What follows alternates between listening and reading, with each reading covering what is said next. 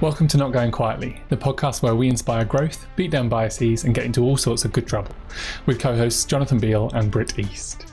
No topic is off limits as we explore ways to help everyone leap into life with a greater sense of clarity, passion, purpose, and joy. So get ready to join us for some courageous conversation, because Not Going Quietly starts right now.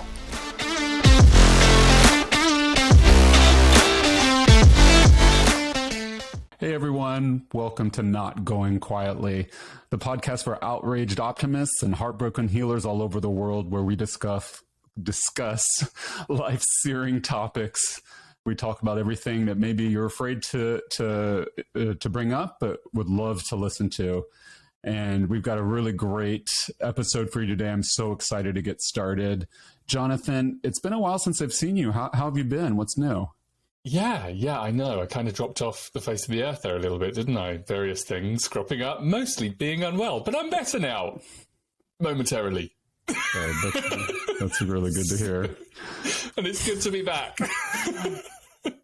Yes, well, we are living in the moment. That's Jonathan Beal, my fabulous co-host. My name is Britt East, and I'm doing really well. It's finally spring is in the air in Seattle. The floral scents are wafting through the air, and the mold is on the decline, which always improves my mood. I'm such a Seattle cliche. I'm just like, after 20 years here, I need some vitamin D. So I'm doing really well.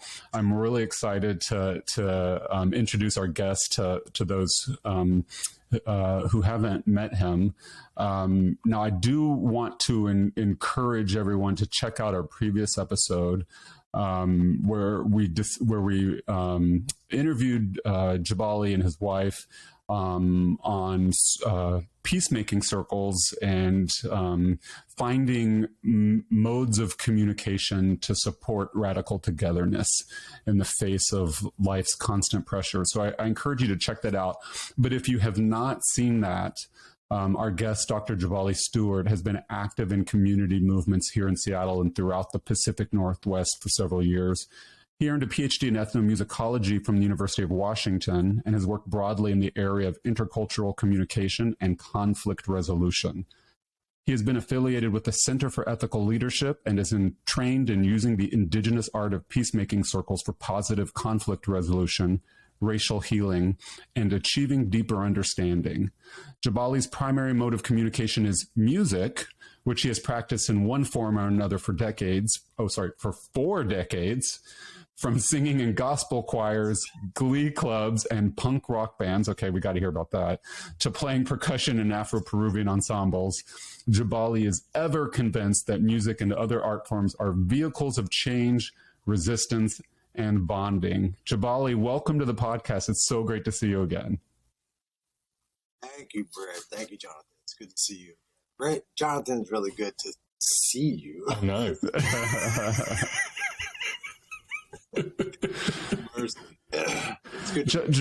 Jabali, like, you got to help us out here.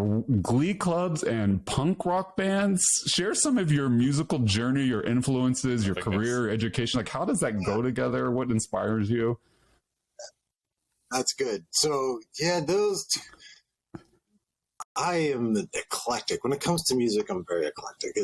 I don't find myself hold in any one genre, if you will. When I grew up, our house was filled with gospel. It was filled. My mother and her sisters grew up singing gospel in the church. They were the McDonald sisters, and they toured up and down California. You know, it's just a powerhouse. And then my father was a musician in his own right, loved the piano. Came over here to try to make a go of it, musical arrangement from Trinidad.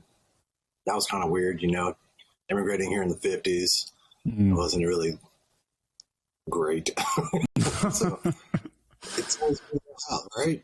And he was really into jazz. And so that jazz and gospel was in the house, and blues and steel band from Trinidad and Calypso, like all this musical variety, soul, R&B was all in the house, except for one genre, which I take that back because there were a couple of records in the house, but rock. You know, I got introduced to Jimi Hendrix, and I was like, wait a minute, what's happening here? I loved it. And Jimmy was, for my really I think for my parents, it was no, that's where we draw the line. You're pushing the boundaries. And Jimmy wasn't a doorway to the Bad Brains, the all-black punk rock band from DC.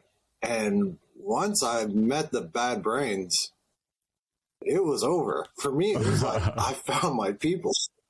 Wow. It was so delicious. There was something, and to be honest, you know, I can connect punk rock to African sacred music, and I have a whole lecture that does that. For me, there was a coming home and a reclamation of a certain musical form doing it. And punk rock has such a wonderful ethos of just do it yourself, the DIY thing. So you can, I don't know how to play the guitar. I'm going to play the guitar in this band and something's going to happen, you know, and it's delightful. And you've got all these beautiful margin walkers who are really trying to figure out how do we do things a little differently. And so it became home, especially given that by the time I really found punk rock, I was enrolled in a school that had 2,800 students in it. My graduating class was somewhere like 675 kids. Whoa. From high school. Out of the 2,800 students, this was in Ohio, Worthington, Ohio. Out of the 2,800 students, there were about 16 kids who had any kind of pigment in their skin. Oh, gosh. And about 3/4 of those 16 kids were black. Wow. And so it was a weird environment. Yeah. And it was really hilarious along the way because you're putting up with so much crap. And my mom would always ask me, why are you so mad? And I'm like, you look around, like, how can I not be mad? These people are driving me crazy. What's driving you crazy? Why am I? And so when punk rock came, it's like, oh, it's a balm for my soul. I get to just vent and rage, let this all out in a musical way. And then when I went away to college, I started gigging. I started being in bands. I started singing as a front man, which was one of the best therapeutic exercises ever. Like a punk rock front man? Yes. That is bliss and glory encapsulated. It was such a beautiful thing. And the RA on our floor at the time was in the Glee Club. And so when I had gone to college, I had a suite. There were 4 of us in this suite, right? I had a roommate, and then across the hall, there were 2 other guys, and we all sang. And so we started singing kind of doo-wop, you know, Wow. just the 4 of us of our own accord because we could. Okay, wait a minute. No, wait a minute. You can't just yada, yada, yada, segue over the best part. Okay, so okay, we have listeners all over the world, so I want you to explain what a Glee Club is, but then also it's like, yes. You were in the front man for a punk rock band, and then all of a sudden you're going to doo-wop and Glee. Like, what? How did this happen? Yeah. Before you do, I just want to share that from the UK, like, obviously we've seen Glee Club. Like, we've seen the TV program. Okay. We know what it is. But we have nothing like Glee Club in the UK. there is not a chance in hell that any students of any decade would ever be seen dead doing that in UK high schools. It's just not going to happen. But I love it. Wow. With that setup, Jabali, take it away. That's good. That's hilarious. That's good. Terminology. So doo-wop is like 1950s. Doo-wop, doo-wop, doo-wop, doo-wop, and then everybody's got these multi-leveled harmonies and 4 or 5, maybe 6 people doing it. It was really big in the black population back in the days. It was beautiful, beautiful music. And then Glee Club is like it's a big singing group that sings standards in a very sweet way. I don't know how to describe it. It's a glee club, a big singing group. And yeah, so I was doing the punk rock thing. So I started really landed. The doo-wop thing got me noticed because I was in the dining hall. My RA was like, oh my God, this guy sings doo-wop, but he's also in this punk rock band. He can sing. Why don't you try out for the glee club, which I had never done. I tried out for the glee club. I got in. And then I found myself singing Victime partially laudasimolo Christiani with 79 other men. And it was actually, there were some really cool things that happened in there. There was one of the few times we sang in a church in Cincinnati. And we had a guy, his name was Doc Wobber, and he was the director of the Glee Club. We sang a song so well that we managed to make the building do the vibration thing. That we hit the resonance point of the church. When we stopped singing, you could hear that harmonic. Wow. Oh man, that it even gets me now. It was that was a beautiful moment. So, but then, I would do concerts wearing my tux, and then I'd have a show later that night. So the guys would pick me up on motorcycles, and I'd be changing into my punk rock attire on the back. It's like you're a chameleon. It literally, that's what the power of music is. That's my whole point, right? Through the agency of music, I can be with damn near anybody in their language, in my language. It's the reason why I did the grad studies I did. I studied ethnomusicology. It was really, I think a lot of people think of ethnomusicology as like, oh, the study of exotic music or the music of other people and all that kind of shit. For me, ethnomusicology is really about the study of music as a tool of social engineering. And there are two camps. There's musicology and there's ethnomusicology, which is kind of stupid because musicology is really about Western white music. And then the rest of the world gets ethnomusicology. Because it's ethnic. Right. I just want to point that out. But the music as a tool of social engineering is a powerful frame. It's everywhere, And people say that they don't value music and it's the first thing that gets cut and da-da-da-da-da. And then you go into the surgeon's surgical room and they're listening to music. Okay, somebody made that music. And not only did they make the music, they practiced endlessly to make it so that it was recorded in a good way so that you could listen to it while you're cutting somebody open. Like that. Let's just talk about the value of music, right? And when I got here to Seattle to go to grad school and started the ethno program, it was a treasure trove. I played in the Philippine Kulintang ensemble, studied didgeridoo, practiced with Mbira, Shona Mbira from Zimbabwe master, steel pan, people who learn multiple spoken languages, they say that it increases your ability to relate to the world. You think in different frames. You have all these different anchor points and different. It's the same thing in music. There's a way in which I'm able to relate to people in a way that is soul filling. I would love going to shows where people don't expect me to be at the show. I look the way I look.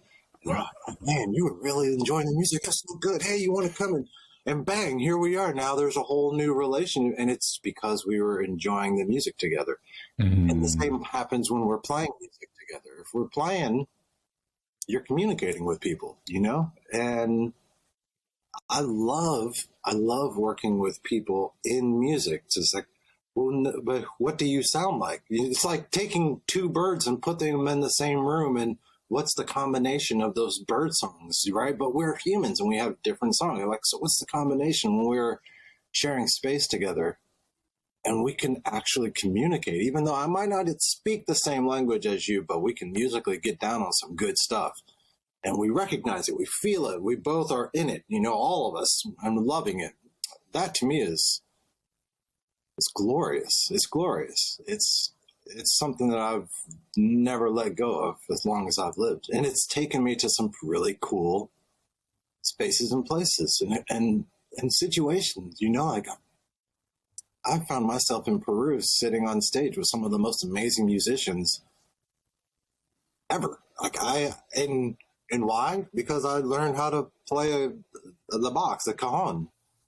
And I'm sitting in this plaza with thousands of people where I never would have. And the whole entree is music. And they loved it. I loved it. It was glorious. It is glorious. There's so many metaphors in there. I think one of Sorry, there's so many metaphors in there. And one of the things that we've been exploring over the past few episodes, including the one that you were previously on with your wife, is points of interpersonal connection from fractured, fragmented communities. And you alluded to the fact that music can be the safe vehicle for common areas of interest where we can maybe set aside some of our differences and find, that common ground. But I think there's also something, while that's, I think, indisputable, I think there's also something where music is intrinsically mood altering. So we're getting the palliative effects of soothing our nervous system as we're finding these common points of ground, indirectly bolstering our connectedness in ways that are kind of non-confrontational, non-threatening to all of our greater good. We're coming together. Correct. Am I just full of beans, or is that? You're spot on. That's the point of it all. It was one of my favorite stories that kind of elucidates that, is illuminates. There's I believe it was Nepal, they have 3 versions of the national anthem because there are 3 different musical systems, and they have on occasion figured out how to play them all together. And it, to us, sounds cacophonous, but to them it's complete unity. All these different modalities coming together to operate as this one singular unit, That's incredible to me. It's like, how do you take disparate parties and bring them together? Like, we honor and we recognize that you are this wholly different other thing, but you're one of us also, and we're gonna sing and pray and hallelujah you in this way. I don't know. I think it's amazing.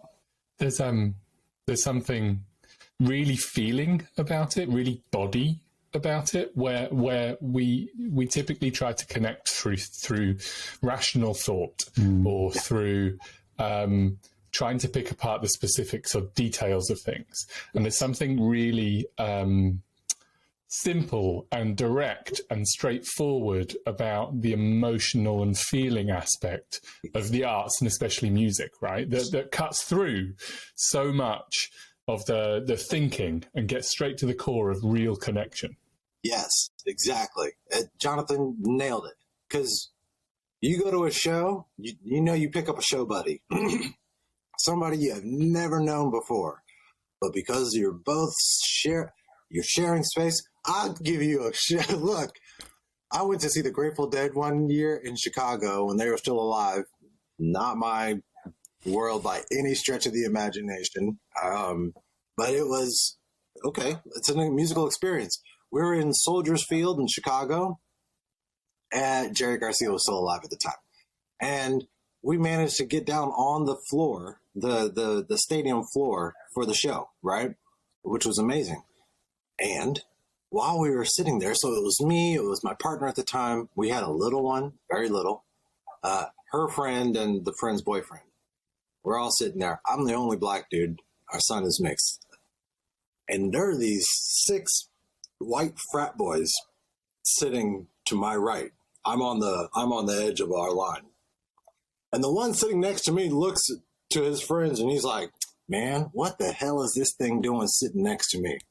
Why is this here doing whatever it's doing, talking like that to his friends? And I was like, whoa.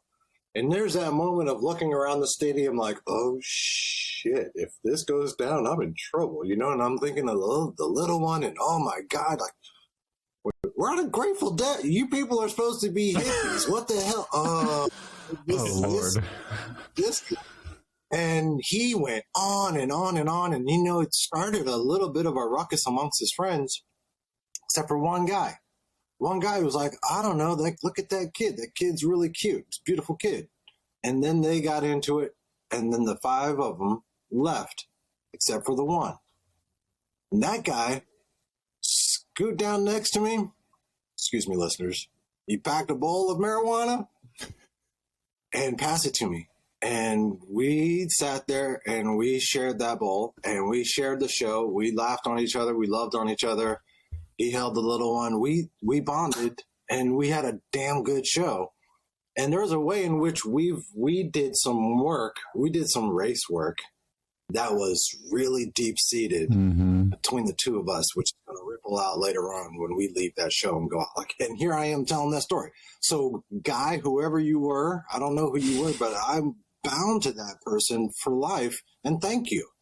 You know? And it's because we had this vehicle of music that was holding and encapsulating and allowing him to feel in a way, allowing me to feel in a way so that we could actually commingle. Those other 5 cats, they weren't with the music. They weren't actually at the show. They were in their heads about what they think the show was because they could not let go of this thing. And the mind is so powerful, it can override that visceral emotive state that's being called upon. Right? That's how powerful those social tropes can be. The mental social tropes. It's crazy. It's crazy. Yeah. So loving on that guy. Thank you. Yeah, I love that story. And I think both the points you and Jonathan both made are so valuable, that music can bypass the intellect and lead us to somatic healing experiences, embodied connectedness. And what you described, Jabali, reminded me of the time-honored tradition of sitting around a fire, playing music, passing medicine back and forth. I mean, this is prehistoric. And so you were describing the contemporary version of that story, so of the peace pipe, you know, and it was so beautiful because you were able to work, we'll call it work, indirectly to achieve the points of connectedness. And I'm really curious around your thoughts on what you think society, you know, that was a specific story to you individually, but what do you think society in general, in the aggregate, needs right now in order to elevate our consciousness and reorient to love?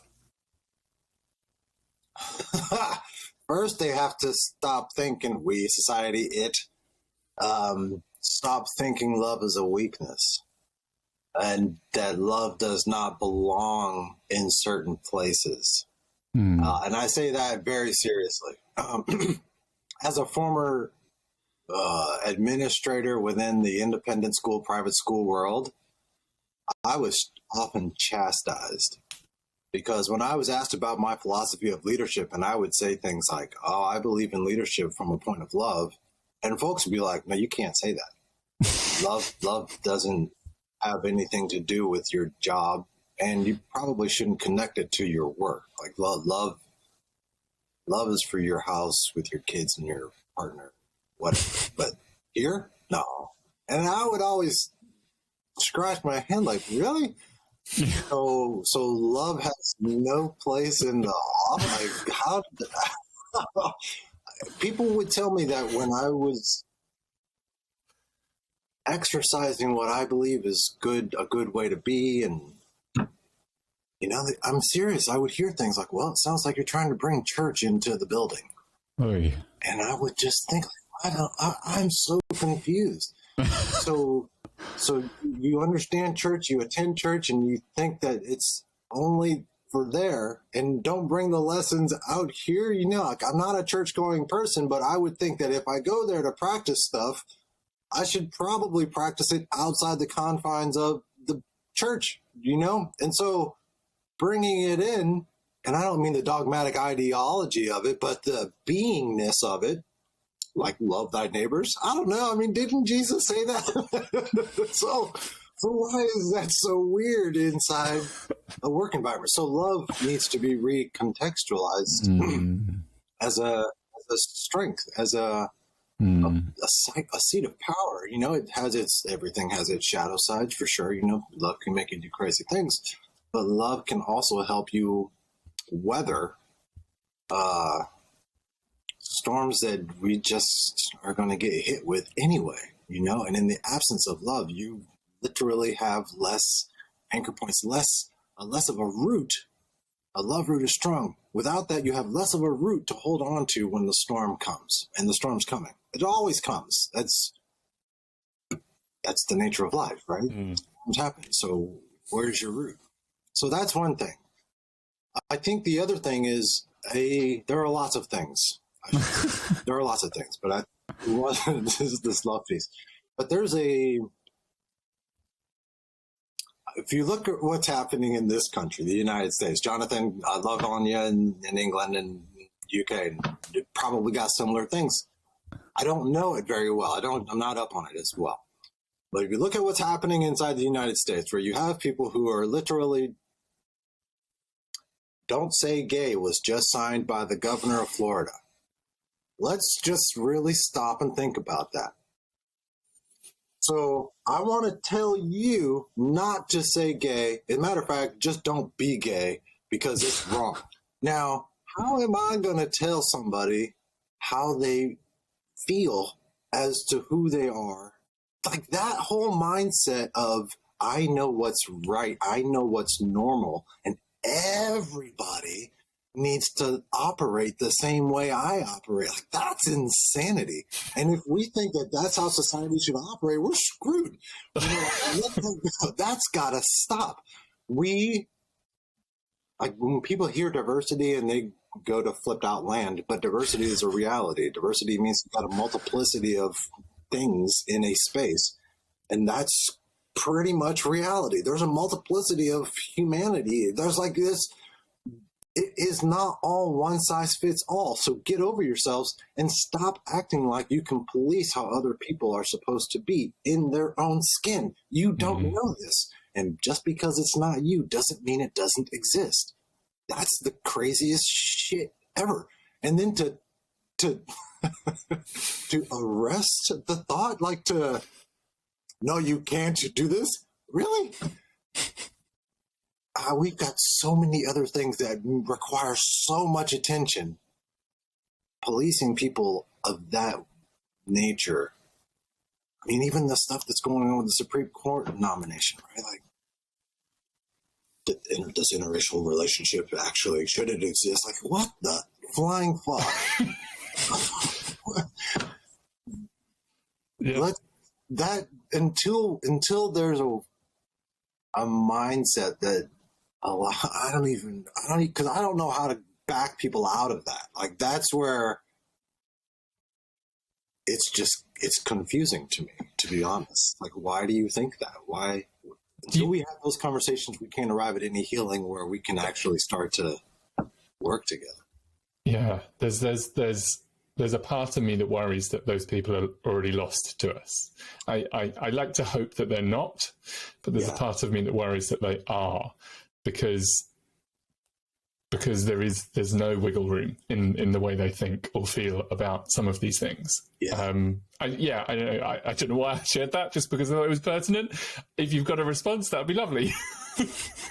No, Jonathan, I worry about that a lot myself. And in our group, like in White Udo, I'm the one that I will just keep leaning in on it. Like, no, come on, let's do it. No, come on. Where everybody else was like, no, Jabali, it's time to cut bait and let that person go. But no, there's gotta be an anchor point that we can connect on that starts building this new thread of humanity. There's gotta be, you know? And Jonathan, the thing that comes to me when you say that, it's like there's a yes, but I feel like those people have moved themselves to this place of almost lost cause because they are the thing that they're railing against, and they don't want to own it in themselves. We have case after case after case after case. It's like, how many cases of closeted homosexual who has been so homophobic in their outward life, and then they're found in a hotel room somewhere with the lover? Okay, why you could have saved everybody a lot of trouble. A lot of pain. A lot of pain, right? just owned being gay and move on with your life. You'd have been a happier person. Everybody around you would have been a happier person. But that person's got trauma because of the history of homosexuality, of sexuality, period, as it has evolved over time in our societies. Repression is a motherfucker, man. I'm sorry. But it's true. And there's a part of that where some of this stuff really only has roots in a particular culture, and one that became dominant, right? And that is now essentially holding the world to ransom for its trauma. That's real. That is very real. But it can't last long. And when I say long, I mean I'm thinking in hundreds and hundreds of years, right? Like there is a breaking point. We might not see it. We might just be watching the wave rise up, but there is a breaking point. And it, historically speaking, is never pleasant by any stretch of the imagination. And as much as we tell people, we can be proactive and not let that happen, I just don't, to your point, John, I don't know that folks have it in them. Mm. It's too scary. You mean I might have some gay tendencies in me? What do you mean? Jabali, given all that you just said, then is it even possible to have truly integrated social experiences on any parameter, whether it's race, gender, sexual orientation, or anything? And especially in the realm of a capitalistic society, which seems to be a zero-sum game pitting us one against another. Is this even possible? How is this possible? What are we to do?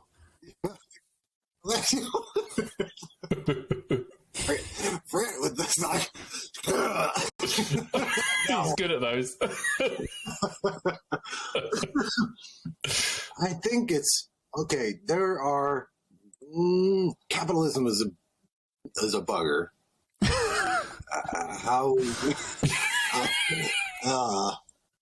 I don't know. But I do think that there are little pockets of work that are emerging that are trying to build something outside of it or around it, or I don't know, building something different. And I think that that's cool. And I think that that's actually part of the answer. The small pockets of people who are doing good, who are making something work of their own accord, because that actually needs to happen. It's one thing to smash,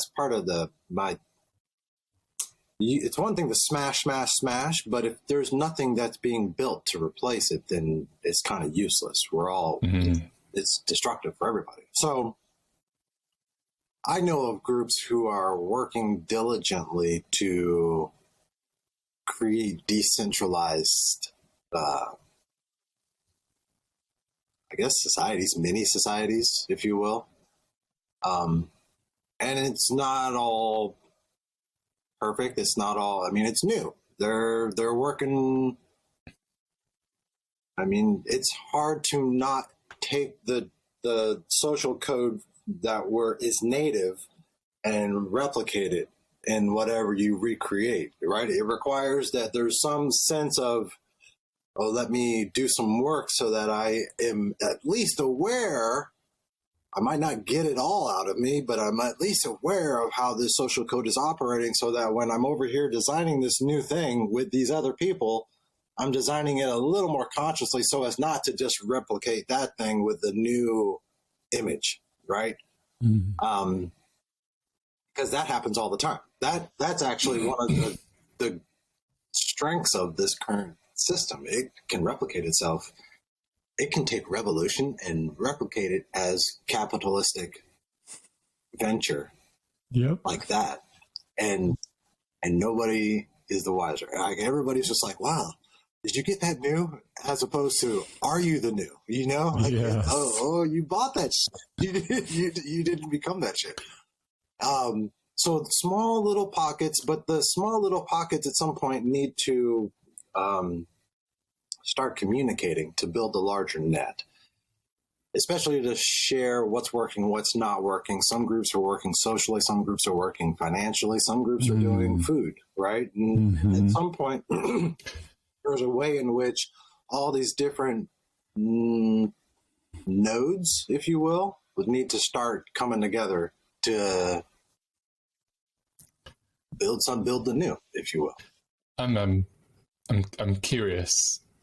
You mentioned structures, and I completely agree. If we don't replace a structure with a new structure, then just chaos, right? Because you're going to end up back in the old structure.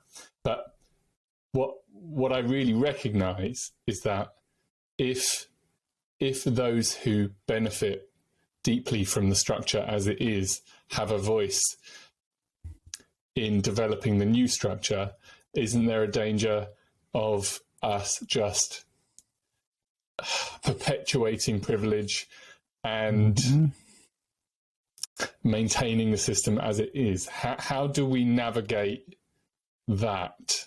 No, you're right. That's absolutely correct. That's why you got to be careful who you sleep with, right? Yeah.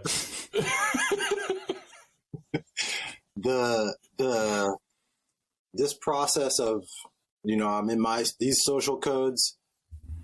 I'm doing some work so that I see, recognize, honor, and acknowledge those social codes, and in building new ways of being has to be tested over here in this new way.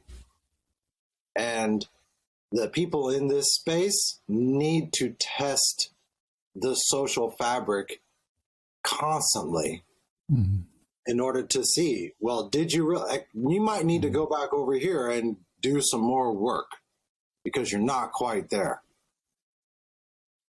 Doesn't mean that you're kicked off the island, but there's when it's a decentralized structure, this is part of the thing that gets people really pissed off and decentralized. Suddenly, no one person has more authority than the other. And so now the person who has done the pivot and they just pivoted like this, I'm going to build new stuff. You didn't stop here. And now over here, they don't have as much power and authority and voice as they did over here. And if this group is real about it, they're going to hold them to it. And now all of a sudden, that's accountability. That's accountability. And it's for the greater good. Right? Yeah. And that's what I noticed so much in...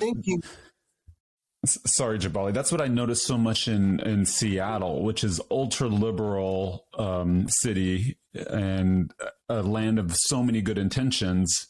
But like as you and I have discussed in the past in other venues, we might be a little complacent and we might be willing to have our hearts in the right place as long as we don't have to risk anything, as long as it does not inconvenience me or cost me in any way.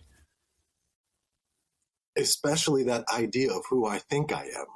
Oh, that big piece, that's because that gets us back to this earlier conversation we were in. I think I'm this thing, but now somebody's telling me I am not that thing, but I want to play with them over there. But now but I think I'm this thing. No, actually you're not. I'm woke. No, you're not. I'm woke. No, you're not. You can't tell me I'm not woke. Actually, yes, I can tell you you're not woke. That conversation happens all the time. It's like you have not. I don't even need to talk much more with you to know you are not here. You're not here yet. It's like when back in the old days when you go to a punk rock show and you'd be in the mosh pit, the person who was new, who thought they knew what it was all about because they had this idea that they picked up from this other social code, and then they come in swinging fists and and it's like, nah, see, you don't. I'm punk. Nah, I don't know. I don't think you really understand what's going on. You're wrong. Yeah, know what you think, but what you actually are is something else, and sometimes they'd have to be taken care of. Well, you brought us back. You brought us back to someplace really important because you and Jonathan were addressing direct action that is requisite and important, and especially when it comes to dismantling structures.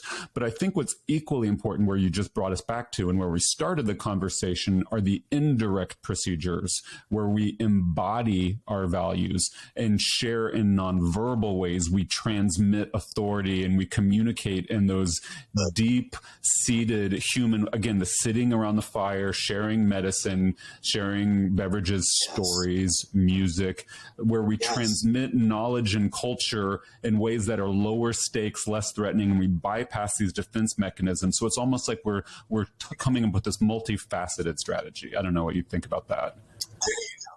Oh, I like that a lot. It's so funny. I'm trying really hard not to go here, but I can't. But as you were talking, Britt, I keep thinking about Will Smith and Chris Rock. Oh, geez. Right? Okay. Where I know it's so. I'm literally trying not to. But okay, hang on a second. So let me interrupt you, Jabali, just to give some context for the listeners, because we generally publish this show about a month after we record, and we were recording this at the end of March of 22, right after Will Smith and Chris Rock had an altercation in front of a jillion people at the Oscars. So Jabali, take us away. I can't wait to hear what you want to say on this topic. So the floor is yours, Jabali. I can't wait. You were referencing the ways in which nonverbal communication and cues and gestures help with this bonding of us being in this other element, right? I mean, Will Smith's nonverbal gesture was a slap to the face in front of millions of people, which says volumes about his relationship with Chris Rock, right? And so for me, there's a way in which he's still replicating the old way. There's another way to handle what happened. I mean, the message that has been sent to all the little ones. I'm really torn. I'm not torn. This one has jacked me up in a way, because here we are grappling with this idea of toxic masculinity, and now we're split. Well, Will Smith did great because he protected his wife. Well, Will Smith acted like a patriarchal asshole because he went up and defended his own honor because his wife was mad. And he laughed at the joke before he even got up and go to do the thing. You know, like, does Will Smith need to use violence to rectify the situation? I really don't think he does. Does that message need to go to the youth? That it's okay to go up in public and slap somebody? I don't think we need more of that, you know? Yeah, I hear you. And there's I think the bigger issue is that he can apologize, but most people aren't going to see that. And so while he can repent for his actions, like, the damage is done, right? It's already happened. Yeah. And what apology? You know why you apologized? He got home with Jada that night. She slapped the shit out of him. She was like, what are you thinking? You know? And to your point, John, that's not an apology. He was up on stage later that night. He could have apologized then. He could have apologized to Chris then. He could have apologized to Jada then. You know? Now you're doing something different. You know? But that's not what's in the air. We've got too much of this bravado. Don't even start, man. I'm sorry. Well, there's so many threads in that moment. We're going to be dissected. Dissertations will be written about that moment. I mean, when you talk about ableist humor and jokes that we're supposed to, quote unquote, have to take, when you're talking about the space that Black women occupy in U.S. society, when you're talking about the racist tropes that white people have about all people of color, in particular Black people, especially as we sit here on stolen land and all of a sudden we're worried about violence about Black bodies as white people. I mean, other questions. Who else is Will Smith hitting? If he's hitting Chris Rock, his friend, in front of 8 billion people on television, who else is he hitting? I mean, we could go on and on. This moment will be dissected forever. And that's why I think we all feel ill about it, because it has laid bare all of the topics we all want to avoid. Hey, exactly. And you know, the other piece of it has overshadowed some really amazing shit, like Samuel Jackson winning his first Oscar. I mean, or Summer of Soul, Questlove. Oh, God, so good. If you haven't seen that, you got to watch it. That documentary is pure gold. It is pure gold, Summer of Soul. I nearly wept. We'll put this in the show notes, but Summer of Soul is a documentary about a music festival in Harlem that through this horrible sequence of events that were largely racist in nature, almost was lost forever. And Questlove, working with other people, resurrected it. And it is transcendent and miraculous from the standpoint of musical acoustics to the quality of the video, given the constraints of the technology involved. This is a movie everybody has to go see. And I'll link to it in the show notes to make it easy for you. It is just absolutely sublime. Sublime is a good word. And I kept thinking, okay, so they sure as hell hyped up Woodstock and all that kind of shit. This was happening at the same time, and they didn't say shit. Buried this, really? And erased it. Okay. Not only didn't promote it, they hid it in the basement and tried to erase it forever. Welcome to America. We don't want you to know that they actually pulled that shit off, and it was good. It was so fucking good. Oh, my Lord. Oh, my God. I was watching Stevie Wonder just destroy the skins, and now with so much joy and mirth. I was like, oh, I'm watching the little babies in the audience just getting their love on. Getting their love on. See? Mavis Staples. It's so good. Anyway, sorry, we're going on and on. I know. I need to see this, apparently. Oh, it's Jonathan. You have to drop everything and see it. It is transcendent. Seriously. All right, bye. And so, Jabali, that leads me to my next question for you. And maybe this is a softball given that topic. What gives you hope? I think people like yourselves, people who are willing to step in and do the work, honestly. And there are people willing to do so. It's easy to look at history and start to feel deflated. And, if I think about the history of the United States of America, I'm like, oh, it's so racist. And it's easy to feel like there's no hope. But there are narratives inside the history that are, like Summer of Soul, that are not championed, that are not told, that can become beds of strength, I mean, if we really, really took the time to highlight the history of abolition in the United States, the architects of abolitionist movement, the philosophy of abolition, the reality that it was present in the early days, right? That it was actually deeply embodied by some folks. They really did. If we actually raised that up and spoke on it and spoke on the truth of what's behind it and spoke on the reality that there are people still here who believe that deeply, instead of allowing this other narrative that is, don't say gay, don't study critical race theory, all that shit that just gets so much noise. And because they play a game, it's a bait. They bait people. We're going to say some inflammatory shit and they're just going to rah and not then have the energy or the mindset or the brain power or the stamina to build this other stuff that's actually going to be the offsetting material. But there are people, Bettina Love, Miriam Kaba, shit, man, Leslie St. Clair. There's so many good people in the world who are really trying to take care of business and not allowing themselves to be defeated by the negativity, it's work. It's work. We were just talking about that in the house the other day. Like, it's so easy to be negative. It doesn't require much at all. Well, we're literally wired for negativity, right? Like, we're wired for it. We're wired for it. That's right. So, yeah, it's a little work to be non-negative, but it's good work. Well, given all that, speak for themselves. Yeah, given all that, then where do you seek refuge? My backyard. Literally. I love gardening. Between the studio, which is the space right here, and making music, which I love. I create music on a regular basis, and I allow myself to explore, musically speaking,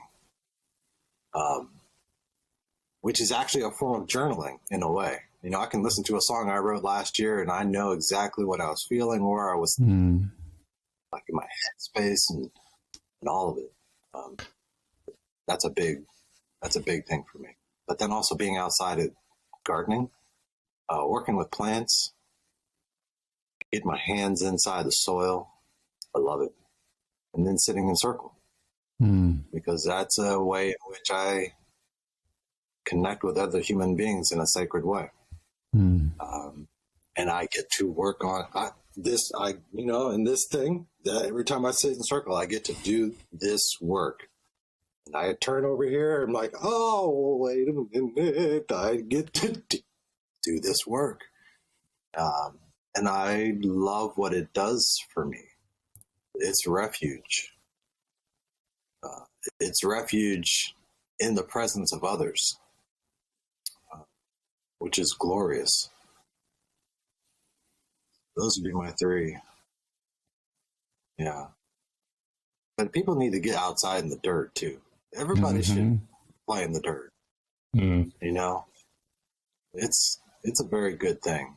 You don't have to be a master gardener. You just need to go play in the dirt and connect with the idea of growing things. Yeah, it's funny. We've talked about so many heady intellectual topics, but I think a lot of our answers were really simple and almost childlike. Ding. That's, oftentimes we get called in on contracts in schools and people are like, oh, you got to help the kids. I'm like, yeah. How about we leave the kids alone and let's work with you? I think you need the help with it. The kids are good. They've got this.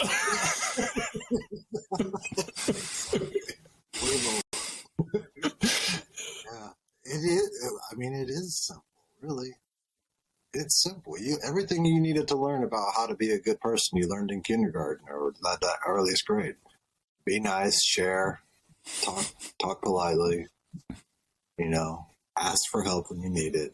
All those things. You learned it early on. And then as we get older, all this other shit starts piling up and taking precedence and being reinforces, oh, now this is the real way.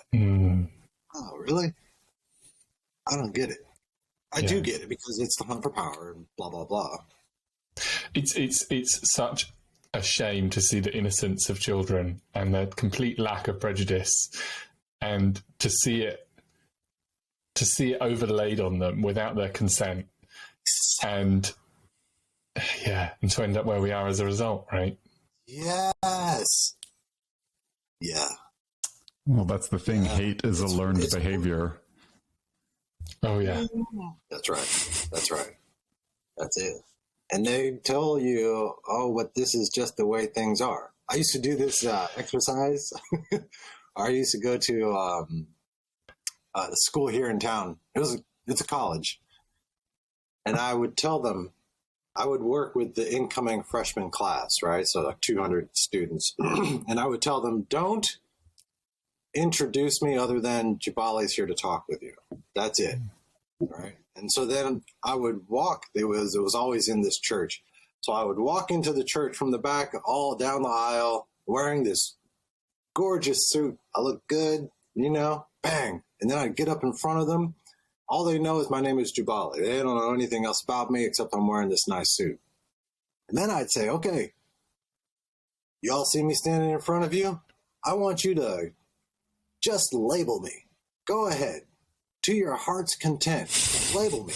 Who am I? What am I? What do I do? What do I listen to? What kind of art do I like? What kind of car do I drive?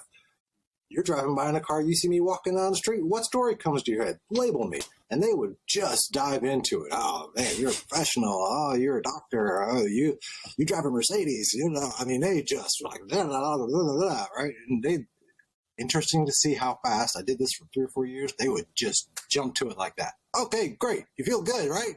And right in front of them, I would take off my suit, and then I would have on a T-shirt, and I'd slip on some jeans and some Vans. Okay, now who am I? Like, oh, well, you're a musician, and you maybe got an undergrad degree, and you have a dog. You might live at home still. You drive a Toyota. Like, good. And then the only thing, my last step, I put on a hoodie, and Oh, you're the person that my mom warned me about. You're a gangster. You're a thug. You're a drug dealer. You're everything. You're everything that I was literally made to fear. And they, because of the progression, they were already in the spirit of giving, and they would just hand it over. And you'd see them kind of going like, oh shit, I just said that. I just owned that.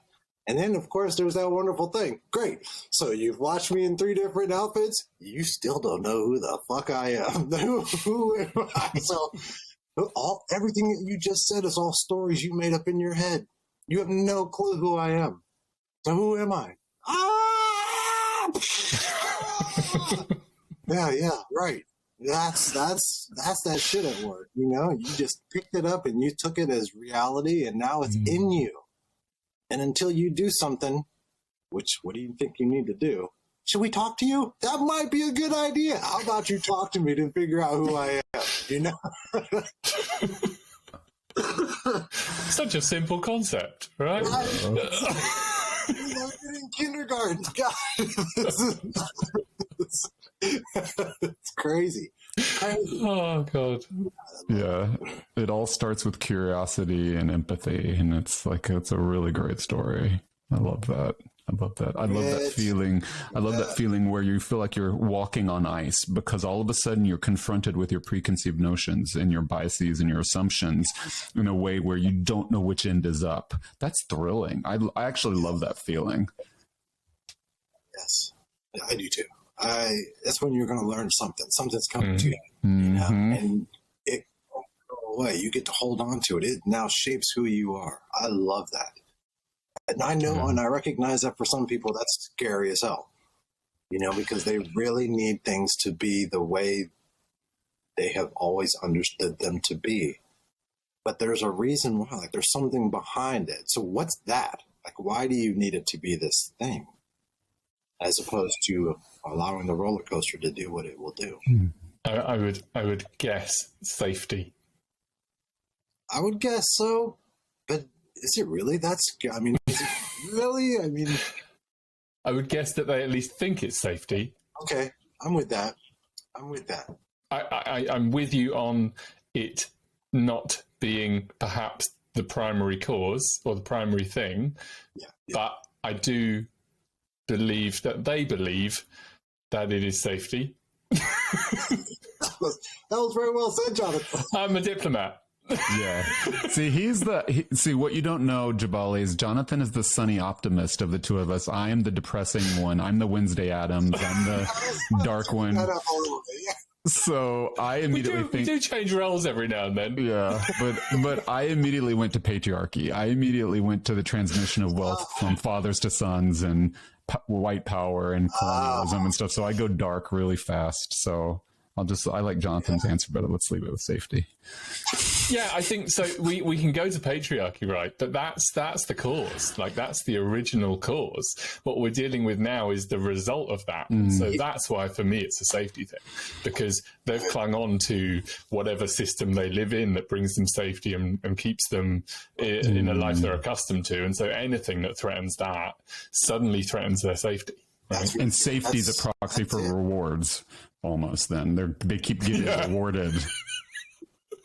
You know, for just being, great. Oh God, so sad. It's so sad. It's for me, it feels like such a limited approach to being on this planet. You know, there's no richness in it, is there? No, none. It's a cut off, isolated, sterile reality. You know? Did you ever see A Boy and His Dog, the movie? It's Don Johnson's first film, I think. Don Johnson? Whoa. Don Johnson's first film? Wow. Okay. Pre-Miami. Okay. Yeah. It's a post-Third World War apocalyptic blah blah. Well, it would be. Of course it would be. Don Johnson in the apocalypse. He's the harbinger of the apocalypse. Well, in some ways, yeah. But it's really interesting because at some point, it's a worthy, at least Sunday afternoon when it's rainy outside, throw it on. But what has the sort of suburbia mindset has gone underground to survive versus Don Johnson and everybody else up on top. And it's a really interesting social commentary. It's a very interesting social commentary. The lengths people will go to keep something, and it's not good. It's not good. But Lord, they put it in a tunnel and they're working to keep it together, and it's like, you probably don't want to do this anymore. Why are you still doing this? This is what got us here in the first place. Why are you still doing it, And then nostalgia comes into play, right? And nostalgia is a hell of a drug. Mm-hmm. A hell of a drug. Yeah, I've heard a lot. This is a conversation at our dinner table on a regular basis. Nostalgia is, I almost consider it an evil force. It is a hell of a drug. It was so much better back then. Make America Great Again is like a harbinger of nostalgia. Like, make America Great Again for who? When? What? How is this actually being put out into the air as though it's real? And people just suck it up like, oh yeah, we need to return back to when. Again. When things were so much worse. Right. I mean, we had the same thing with Brexit, right? Like that. Brexit is the result of nostalgia, and of not having brown people in our country, and like all of that shit, right. And right, like it's just being replicated across all Western nations at the moment. It's so bizarre. It is so bizarre, and I don't know what they think the end game is, honestly.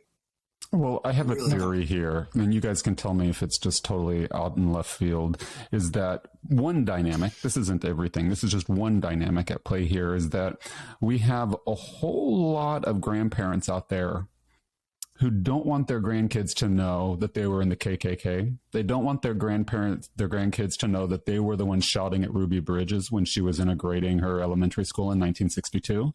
They don't want their kids to know that they were the ones dragging gay people behind a truck to their death. And so they are so invested in the perpetuation of the system that they cannot afford mentally, emotionally, psychologically, or maybe even physically to admit their error. That's real. That's very real. Mm-hmm. Which means history will repeat itself as a result. I mean, that's very real.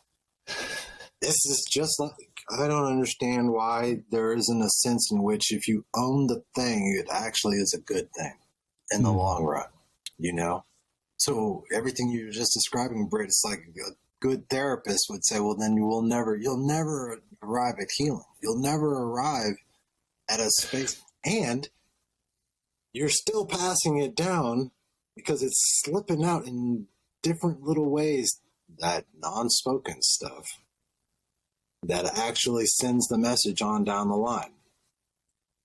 So you cannot say everything you want to hide, but the damage is done, and it continues to be done. And the youth, the offspring, will, what's it say? The son shall inherit the sins of the fathers, whatever. Mm-hmm. And there you go. Yeah, and unfortunately, we live in a world where personal responsibility is not really a thing. and when personal responsibility is not really a thing, combined with the threat of cancel culture, it's like, actually, it's really hard to take responsibility because if there's no room for you to grow or learn or be a better person, if the immediate response is, well, you did a thing and you're bad, like there is actually no wiggle room, really. And it takes a hell of a lot of courage to take responsibility and to stand up and say, yeah, I did a thing and I'm not proud of it and I want to be better. That is not wrong. That is not wrong. Cancel culture cancel culture exists for a reason, Oh, yeah. like there's been way too much time of people not owning their shit that now at this point, like, well, fuck you, you're off the island. You know, we have enough episodes of Survivor to fall back on. We know how to do this. You're out. And unfortunately, it's like the pendulum just swung drastically into the other direction. And there's a lot of work for the folks on the margins in the middle who are willing to do that. And I mean, getting those polls, it's like at some point we might have to just prune the polls and concentrate on the folks who are willing to do what they do with each other in a good way. Yeah. Yeah. Prune the polls, man. Well, Jabali, we have covered so much ground. Right? We have covered so much ground today, Jabali. I am, from music to movies to cancel culture to Will Frickin' Smith and Don Johnson's first movie. That was not on my bingo card for today, Jabali. You stumped me with Don Johnson's first movie, so I'm going to have to check that out. That is a new one for the podcast, so I thank you for that. That alone gets you some sort of a participation trophy. It is just such a pleasure to have you on the show. You're a delight. You're so smart and thoughtful and such a great person. It's wonderful to know you, and I'm just so glad we got to get you in front of our audience, and I just thank you so much. I appreciate both of you. Really appreciate the time and the conversation. Feel like it could probably go on for quite some time. Oh yeah. Really, really. There's more in the tank, but yeah. Oh yeah, absolutely. Thank you so much. It's been wonderful. Yeah, absolutely. Y'all take care. Oh, hey, everyone. You've been listening to Not Going Quietly, the podcast for outraged optimists and heartbroken healers all over the world, where we tackle the searing truth. So you don't have to. We talk about all the topics that maybe nobody wants to raise, but everybody's dying to hear. My name is Britt East with my co-host, Jonathan Beal, our featured guest, Jabali Stewart. Thank you so much, everyone, for listening. Have a great day. Bye. You've been listening to Not Going Quietly with co-hosts Jonathan Beal and Britt East. Thanks so much for joining us on this wild ride as we explore ways to help everyone leap into life with a greater sense of clarity, passion, purpose, and joy. Check out our show notes for links, additional information, and episodes located on your favorite podcast platform.